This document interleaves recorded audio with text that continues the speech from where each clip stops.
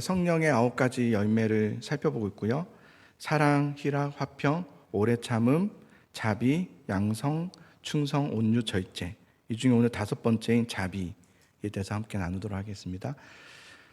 자비라는 단어가요, 먼저 헬라어로 보니까 이런 뜻이더라고요. 유용함, 도덕적으로 탁월함, 성품적으로 인자함, 이런 뜻을 헬라어로 담고 있더라고요.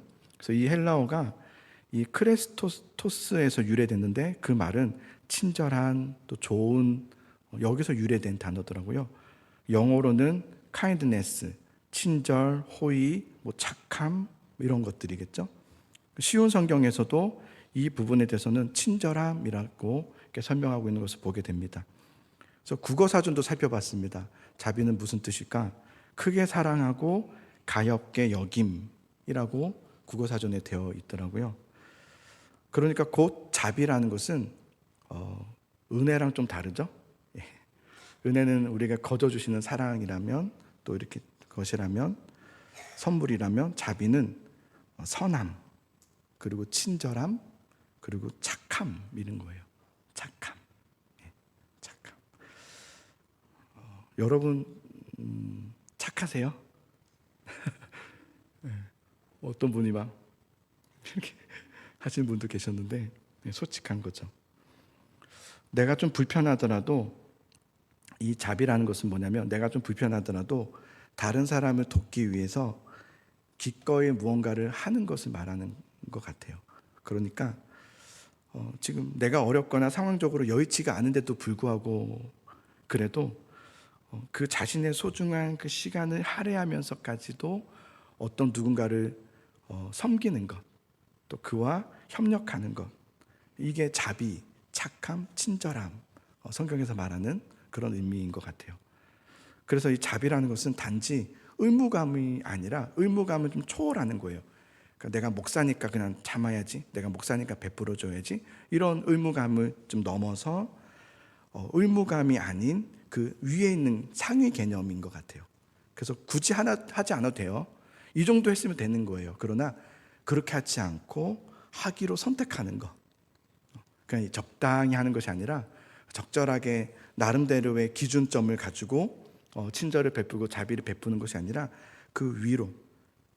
그래서 이것을 통해서 내가 어떤 보상이 없다 할지라도, 이 내가 행한 일에 대해서 어떤 보응이 없다 할지라도 기꺼이 그래서 나를 위해서가 아니라 누군가를 위해서, 그 남을 위해서 하는 것, 그게 성경에서 말하는 자비더라고요. 그래서 하나님은 믿는 자들인 우리가 어떤 자들이 되기를 원하냐면 착한 자들이 되기를 원해요. 우리가 착하기를 원하세요. 하나님은 우리가 자비를 베푸는 자가 되기를 원하시는 거예요. 그렇더라고요. 선하기를 원하시고 착하기를 원하시더라고요. 그럼 여러분, 하나님은 우리가 믿음의 사람이 되기를 원하시는 거 아니었나? 착한 사람이 아니라 믿음 좋은 사람, 말씀으로 살고 기도 많이 하면서 교회에서 열심히 섬기고 그런 걸 원하셨던 것이 아닌가? 어떤 분들은 저한테 그래요. 목사님 죄송해요, 지금 제가 너무 이렇게 아프고 힘들어서 섬기진 못해요. 제가 그럼 뭐라고 해야 할 것 같아요? 그래도 섬기세요. 그게 아니라 괜찮아요,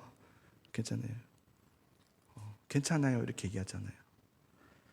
하나님은 우리가 그런 게 아니라 믿음의 사람이 되기를 원하고, 괜찮다고 말하지 않으시고 더 섬겨라, 더 열심을 가지고 그 진리 위에 흔들리지 말고 너는 항상 그 진리의 사람이 되어라, 이걸 원하시는 거 아닌가?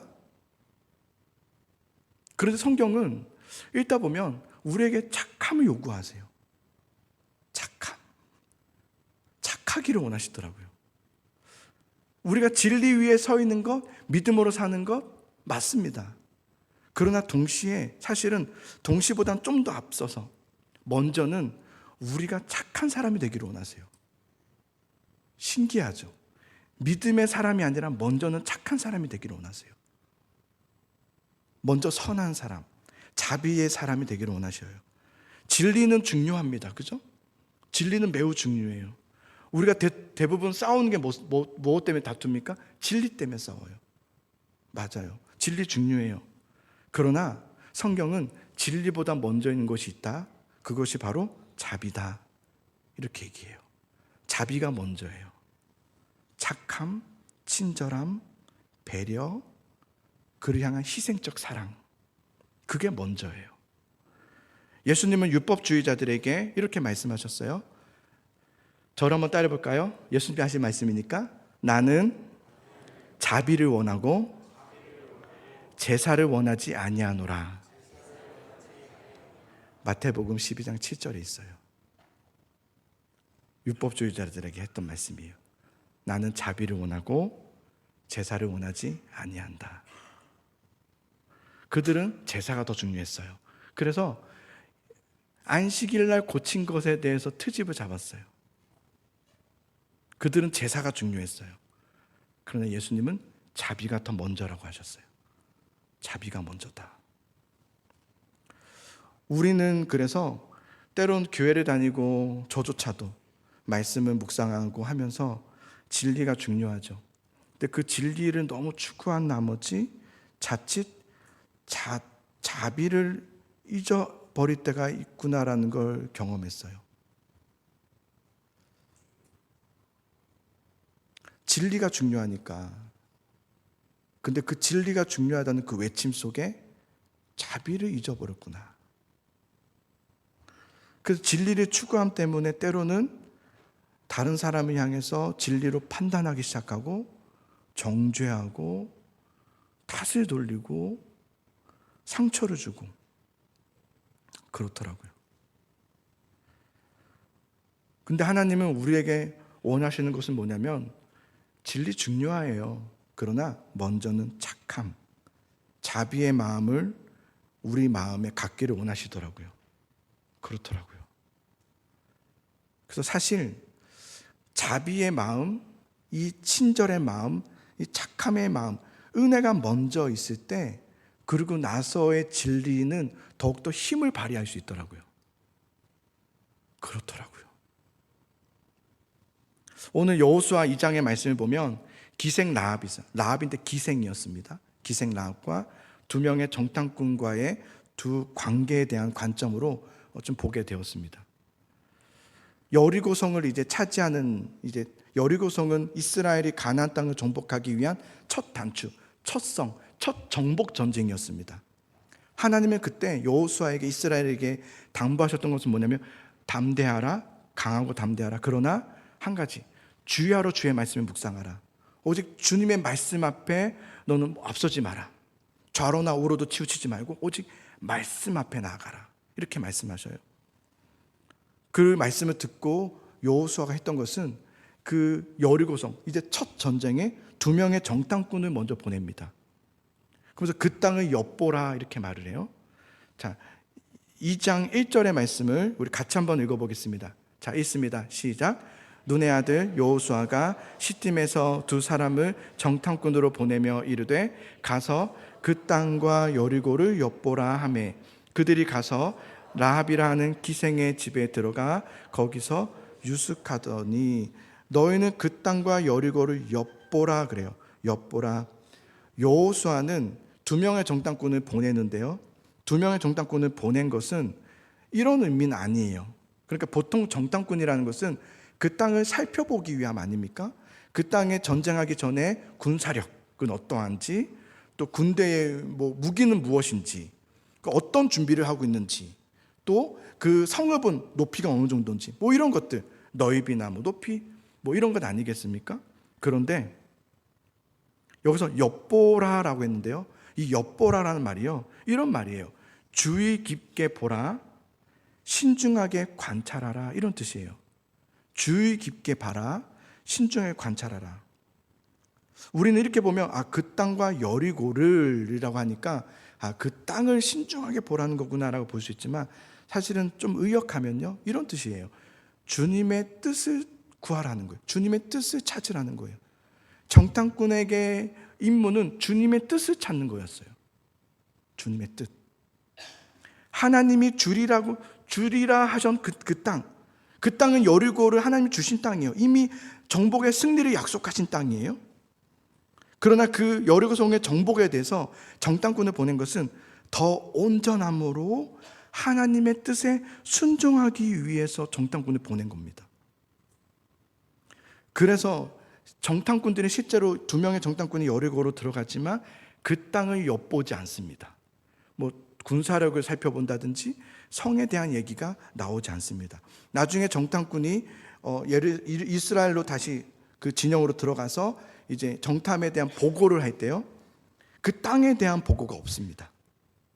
군사력에 대한 뭐 그 땅에 뭐 군대가 어떤지 이런 얘기는 일절하지 않고 무슨 얘기를 하냐면 기생 라합을 만난 이야기, 그리고 그와의 어떤 언약을 맺었는지에 대한 이야기를 하죠.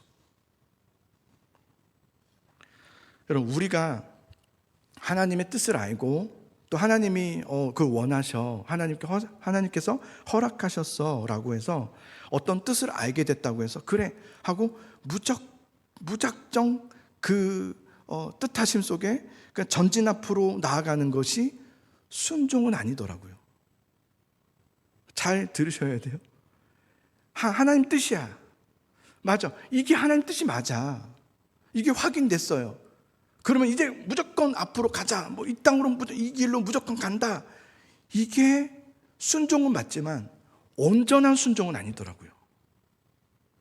하나님께서 만약에 여러분에게 어떤 것을 허락하셨다면, 어떤 걸 말씀하셨고 깨닫게 하신 게 확실하다면, 그 다음에 해야 될 우리의 순종은 뭐냐면 이제는 그 하나님의 뜻과 하나님의 발자취와 하나님의 타이밍에 내가 맞춰가는 거예요. 그게 순종이더라고요. 그러니까 우리는 늘 방향을 구하잖아요. 하나님 어디입니까? 오른쪽입니까? 왼쪽입니까? 그걸 말씀해 주시면 막 될 것 같잖아요. 그렇지 않아요. 그죠? 하나님은 그래서 방향을 말씀해 주지 않으세요. 늘 뭘 보라고 하냐면 오른쪽을 보라, 뭐 왼쪽을 보라가 아니라 나를 보라고 그래요. 그리고 나와 함께 가자고 그래요. 그거예요. 순종이라는 것은 하나님, 그러니까 어느 길이 맞냐가 아니에요. 혹 하나님께서 여러분에게 맞아, 하나님께서 말씀을 통해서 이 길이라 하셨어. 그렇다면 그 길로 그냥 나아가는 것이 아니라 그 길 위에 서서 이제는 그 주님의 발자취를 같이 맞춰가는 거예요. 그걸 구하는 거. 왜냐하면 이 순종의 목적이 나의 어떤 뜻에 성취해 있는 것이 아니라 내가 순종하는 것의 목적은 하나님의 뜻이 이루어짐에 목적하고 있기 때문에 그래요. 그렇죠? 그래서 우리는 온전한 순종이라는 것은 그저 방향이 아니라 하나님의 뜻하심에 맞춰서, 하나님의 발자취에 맞춰서 한 걸음 한 걸음 나아가는 것. 그러니 여러분, 만약 하나님께서 여러분에게 어떤 마음을 주셨다면 그때부터 여러분 꼭 더 신중하십시오. 하나님께서 은혜를 주시면 더 신중하십시오. 맞아 이거야 하고 가지 말고 신중하게 그 다음 단계, 하나님 어떻게 하기를 원하십니까? 하고 또 물어야 되는 거예요. 계속해서 끊임없이. 그리고 묻고 구하고 기다리는 그 시간을 가지셔야 됩니다. 그걸 바로 순종이라고 하는 거예요. 우리는 방향을 알았다가 순종이라고 생각하지만 그렇지 않아요. 주님의 타이밍에 맞춰가는 것, 그걸 순종이란. 가라 하면 가는 거고요, 서라 하면 서는 거예요.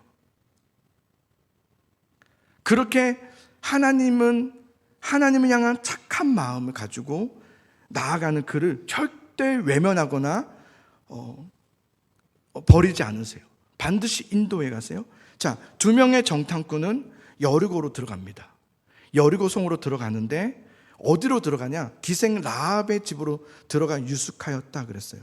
기생 라합의 집에 들어간 것은 우연이 아니라 믿음으로 나아가는 그들의 그 발자취, 그냥 이 땅에 하나님께서 허락하셨지만 어떤 일을 하기를 원하신지를 묻고자 들어왔던 그 2명에게 하나님의 순종하는 자에게 주시는 역사의 인도하심인 거예요.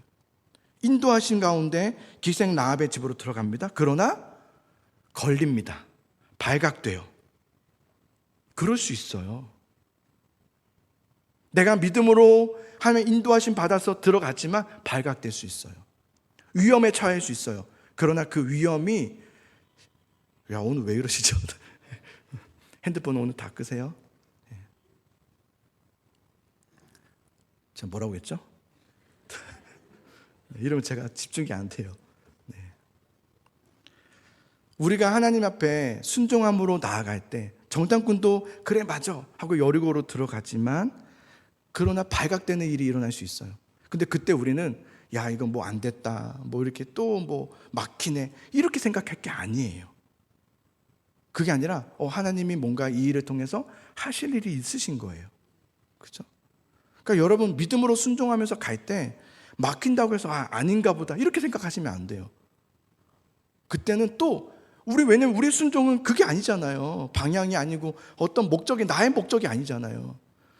우리의 순종은 그저 하나님의 뜻에 발맞춰 가는 거잖아요. 때론 그 길에 막힘이 있다면 그것도 하나님의 뜻인 거잖아요. 그럼 하나님 뭡니까? 라고 기다리시면 돼요. 그 발각되고 나서 그들이 기생 라합의 집에 들어갔다는 것이 여리고 왕에게 들려지게 됩니다. 자, 2장 2절에서 3절을 보겠습니다. 함께 있습니다. 시작.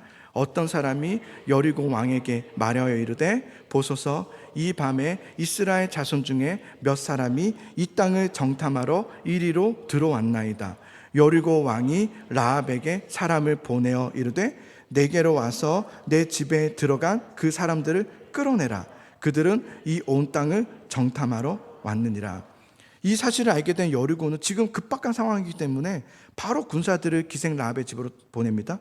군사들은 왕의 명이다 그러면서 기생 라합에게 너희 집에 들어가는 거 우리가 확인한 거죠. 그들을 끌어내라 라고 말합니다. 그들은 이 땅을 정탐하러 온 자들이다 라고 얘기해요. 그런데 기생 라합이 이미 그 정탐꾼들을 지붕 위에 3대에 숨겨두었습니다.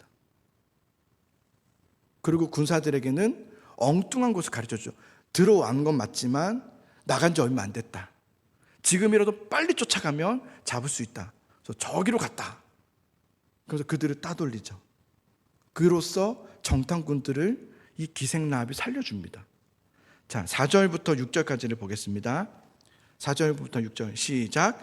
그 여인이 이미 숨긴지라 이르되 과연 그 사람들이 내게 왔었으나 그들이 어디에서 왔는지 나는 알지 못하였고 그 사람들이 어두워 성문을 닫을 때쯤 되어 나갔으니 어디로 갔는지 내가 알지 못하나 급히 따라가라. 그리하며 그들을 따라 잡으리라 하였으나 그가 이미 그들을 이끌고 지붕에 올라가서 그 지붕에 버려놓은 3대에 숨겼더라.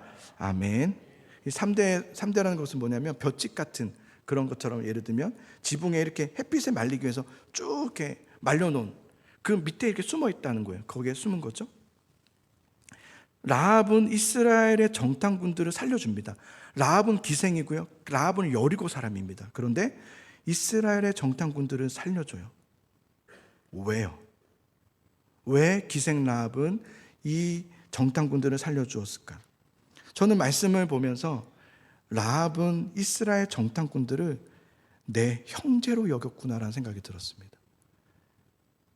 피가 한 방울 섞이지 않은, 그러나 믿음 안에서, 기생 라합은 이미 믿음 안에서 그들을 자신의 형제로 여기고 있었던 거예요. 자, 8절부터 11절까지를 또 함께 같이 있습니다. 시작. 또 그들이 눕기 전에 라합이 지붕에 올라가서 그들에게 이르러 말하되 여호와께서 이 땅을 너희에게 주신 줄을 내가 아노라. 우리가 너희를 심히 두려워하고 이 땅 주민들이 다 너희 앞에서 간담이 녹나니 이는 너희가 애굽에서 나올 때에 여호와께서 너희 앞에서 홍해물을 마시게 한 일과 너희가 요단 저쪽에 있는 아모리 사람의 두 왕 시온과 옥에게 행한 일 곧 그들을 진멸시킨 일을 우리가 들었음이니라. 우리가 듣자 고운 마음이 녹았고 너희로 말미암아 사람이 정신을 잃었나니 너희의 하나님 여호와는 위로는 하늘에서도 아래로는 땅에서도 하나님이시니라. 아멘. 이건 기생 라합의 고백이에요. 하나님에 대한 고백을 명확하게 하고 있죠. 내가 안다 그랬어요. 내가 안다. 그리고 내가 들었다. 확실하게 믿고 있는 거예요. 하나님에 대해서. 하나님에 대한 일하심을 보면서 그는 하나님의 사람이 되었죠. 그러니 하나님의 민족인 이스라엘의 자신과 연합되어 있는, 믿음으로 연합되어 있는 언약 관계의 형제로 여기고 있었기 때문에 그들을 숨겨주고 그들을 보호해주죠. 자, 그래서 2장 12절과 13절을 보면 이렇게 말합니다.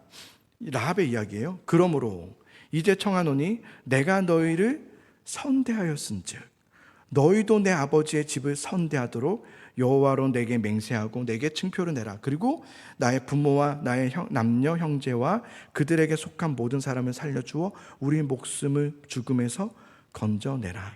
여기서 보면 선대하였다 이렇게 되어 있어요. 선대하다.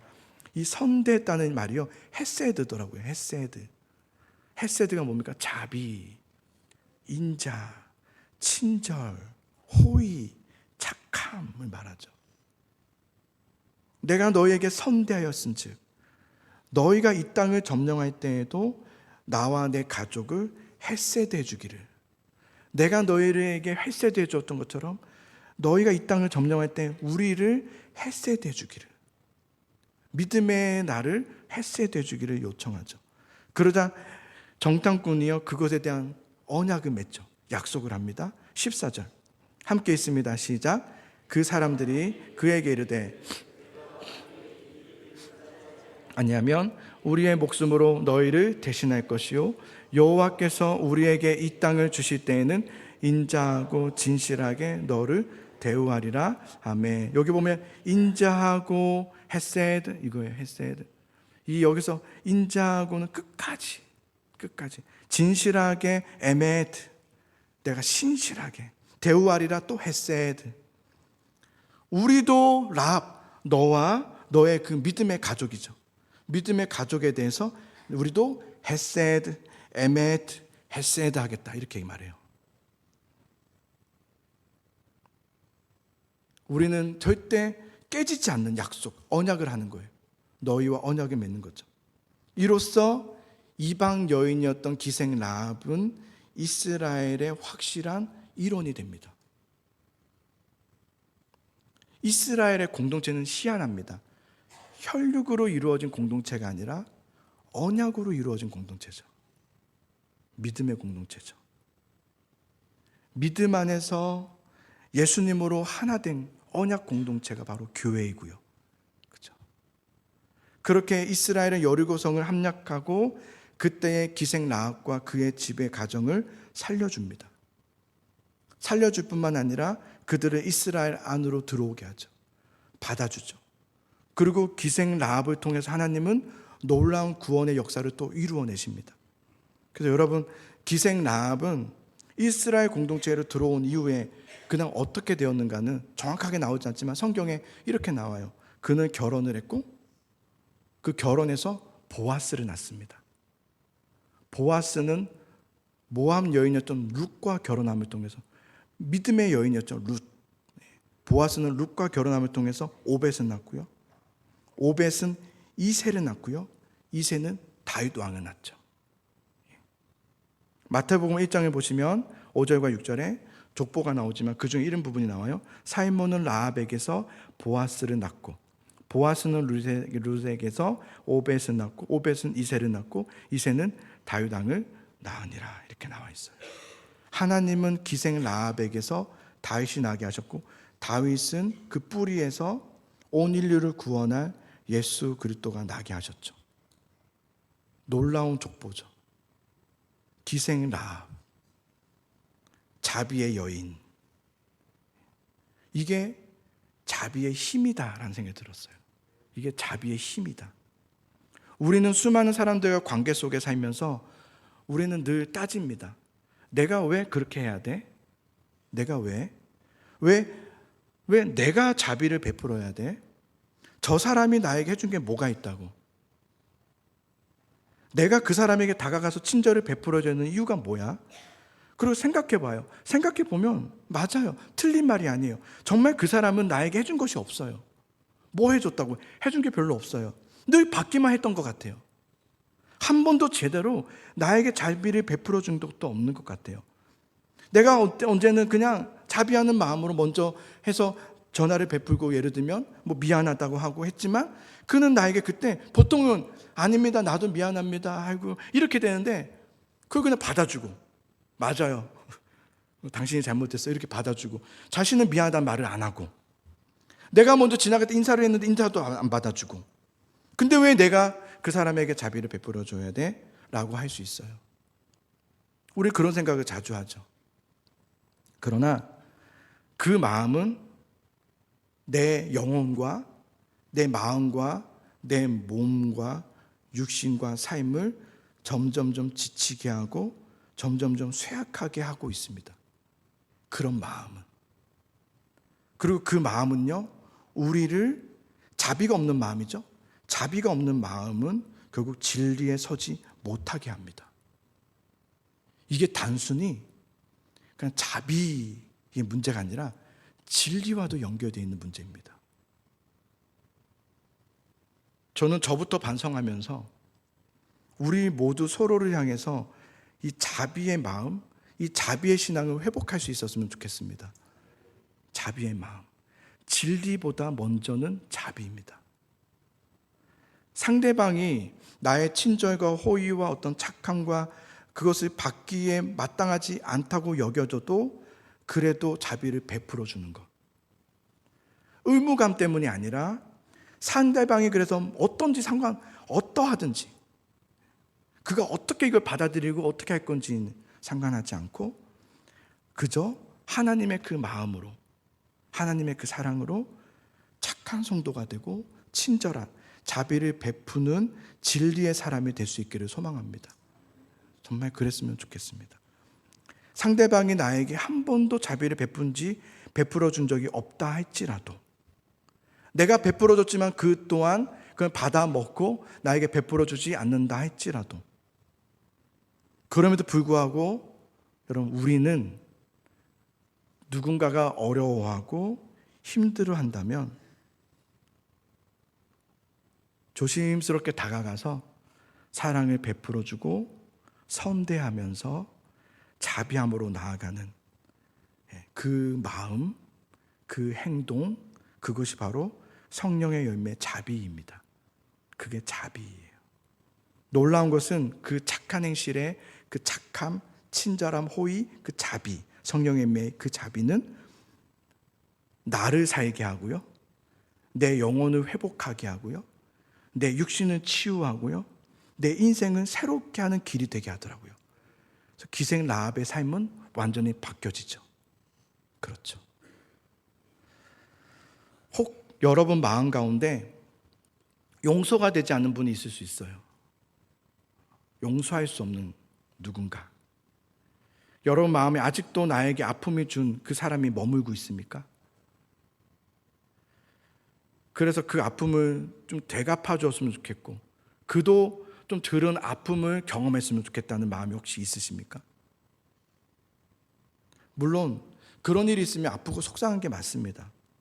그런데 그 마음을 내가 품고 있으면 꼭 아셔야 됩니다. 내 영혼을 지치게 하고 피폐하고 있다는 것을, 진리에서 나를 멀어지게 하고 있다는 것을. 내 마음에 용서하지 못하고 내 마음의 깊은 곳에 그 어떤 상처와 누군가를 향한 그 미움과 누군가로 인해서 받았던 아픔들, 고통들이 내 깊은 어딘가에 남겨져 있다면 여러분 먼저, 여러분 삶에 먼저 찾아오시고 여러분에게 착한 일을 시작하신 이인 예수님이 여러분과 함께하고 계심을, 그 예수님을 먼저 묵상할 수 있는 여러분 될 수 있기를 바랍니다. 예수님은 우리의 아픔과 고통과 슬픔과 그 상처와 죄의 결과를 다 함께 가지고 십자가에서 이미 죽으셨습니다. 그리고 주님은 우리에게 친구여라고 하셨습니다. 내 친구여. 그래서 오늘 우리가 이런 마음으로 기도하면 좋을 것 같아요. 성령 하나님, 내 안에 깊이 들어와 내 안에 깊은 마음의 아픔과 상처와 고통을 주의 십자가의 은혜로 씻어주소서. 주님의 자비와 주님의 착한 마음이 내 안에 충만하게 주옵소서. 그래서 나뿐만 아니라 내 주위에 있는 여러분과 관계하는 많은 사람들, 특별히 가족들,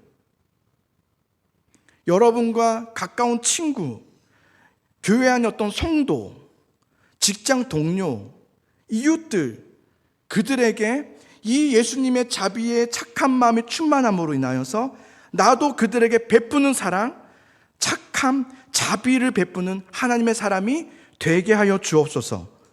그렇게 기도할 수 있기를 바랍니다. 주님의 자비의 마음이 내 안에 임하게 해주십시오. 주님의 마음을 나에게 부어주시옵소서. 이로써 내 영혼이 살아나게 하시고 내 마음이 회복되게 하시고 내 인생뿐만 아니라 나의 가족, 성도, 이웃이 함께 살아가게 되는 역사가 나로부터 시작되게 하여 주옵소서. 그렇게 나아가시는 여러분들 될 수 있기를 간절히 소망합니다.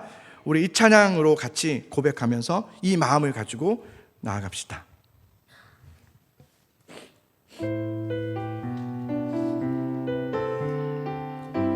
보소서 주님, 보소서 주님, 나의 마음을 선한 것 하나 없습니다. 그러나 내 모든 것 주께 드립니다. 사랑으로 안으시고 날 새롭게 하소서. 보소서 주님, 보소서 주님, 나의 마음을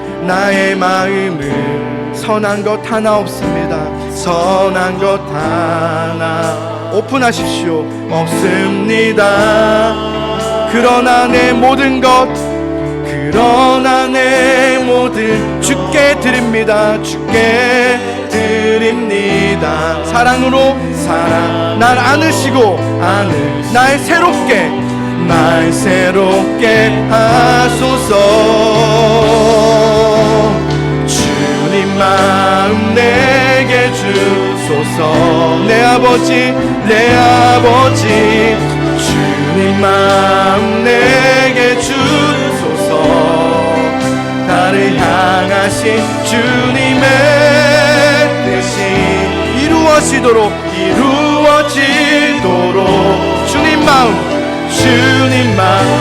주님 마음 내게 주소서. 내 아버지 주님 마음 내게 주소서. 내 아버지 주님 마음 내게 주소서. 나를 향하신 주님의 뜻이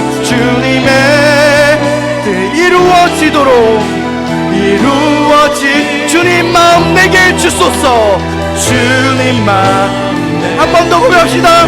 주님 마음 내게 주소서. 내 아버지 주님 마음 내게 내 아버지 주님 마음 내게 나를 향하신 주님의 뜻이 이루어지도록 주님 마음 내게 주소서. 주님 마음 내게 사랑을 가르쳐 주소서. 내게 사랑을 가르치소서. 당신의 마음으로 용서하게 하소서. 당신의 마음으로 용서하게 하소서. 주의 성령 내게 채우사 주의 길 가게 하소서. 주님 당신 우리 손을 들고 찬양합시다. 주의 성령 내게 채우사 주의 성령 내게 채우사 주의 길 가게 하소서. 주님 당신 마음 주소서. 주님 마음 내게 주소서.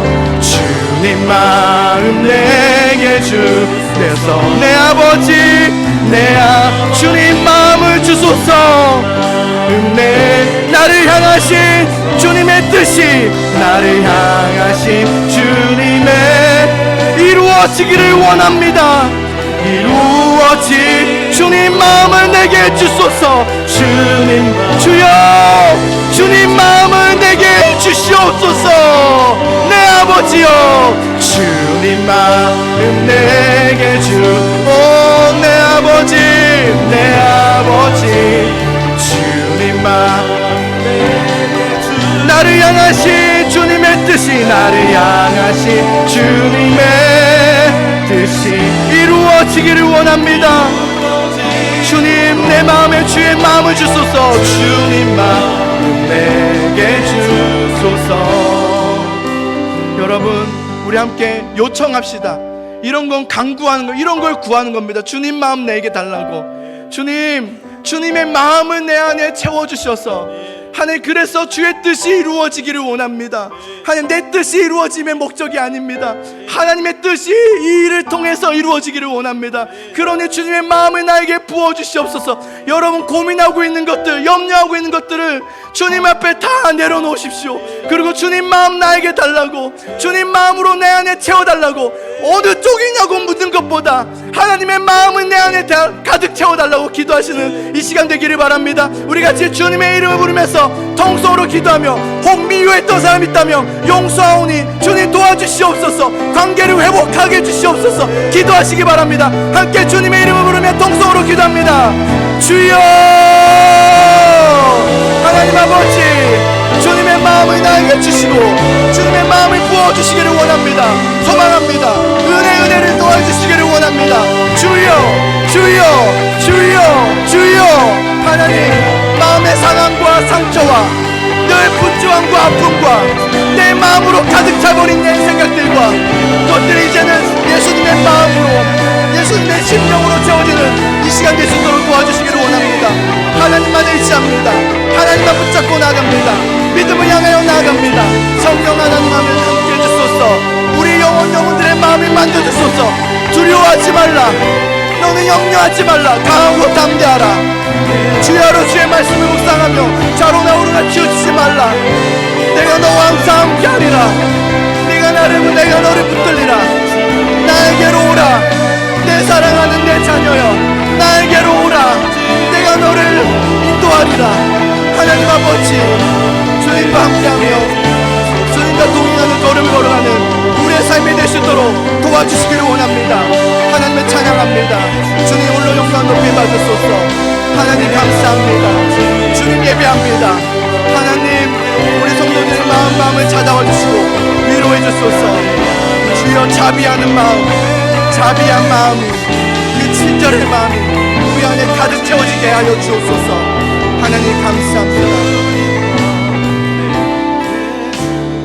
하나님 아버지, 주님의 그 자비하신 마음이 우리 안에 가득하기를 원합니다. 그 착한 일을 행하시는 이가 주님 오시는 그날까지 이루실 줄 믿사오니 우리도 하나님을 따라가며 믿음의 길로 한 걸음 한 걸음 나아가는 우리들이 되기를 원합니다. 내 뜻대로 하는 것이 아니라, 내 마음으로 하는 것이 아니라 하나님의 마음으로 하기를 원합니다. 주님의 발자취를 따라가기를 원합니다. 주님의 그 자비하심을 따라서 하나님, 나도 자비한 인생을 살아가게 하여 주시고 자비를 베풀어 주임을 통해서 내 영혼이 살아나고 내 마음이 회복되며 내 인생의 길이 열려지는 역사들이 일어나게 하여 주시옵소서. 하나님 도와주소서. 힘들어하는 성도들, 아파하는 성도들, 염려하는 성도들, 하나님 괴로워하는 성도들이 있습니다. 그 마음을 치료하여 주시고 붙잡아 주시며 하나님의 그 자비하심, 나를 향한 그 자비하심으로 회복하는 우리 온 성도들이 되게 하여 주옵소서. 하나님 감사하며 주님, 우리 예배를 받아주시고 또 그냥 오지 않고 드려진 예물 위에 하나님의 은혜 복으로 채워주시고 하나님, 나의 모든 것 되심을 고백하는 마음으로 드렸사오니 주님 홀로 영광 높임 받으시옵소서. 예수 그리스도의 이름으로 감사하며 기도합니다. 아멘.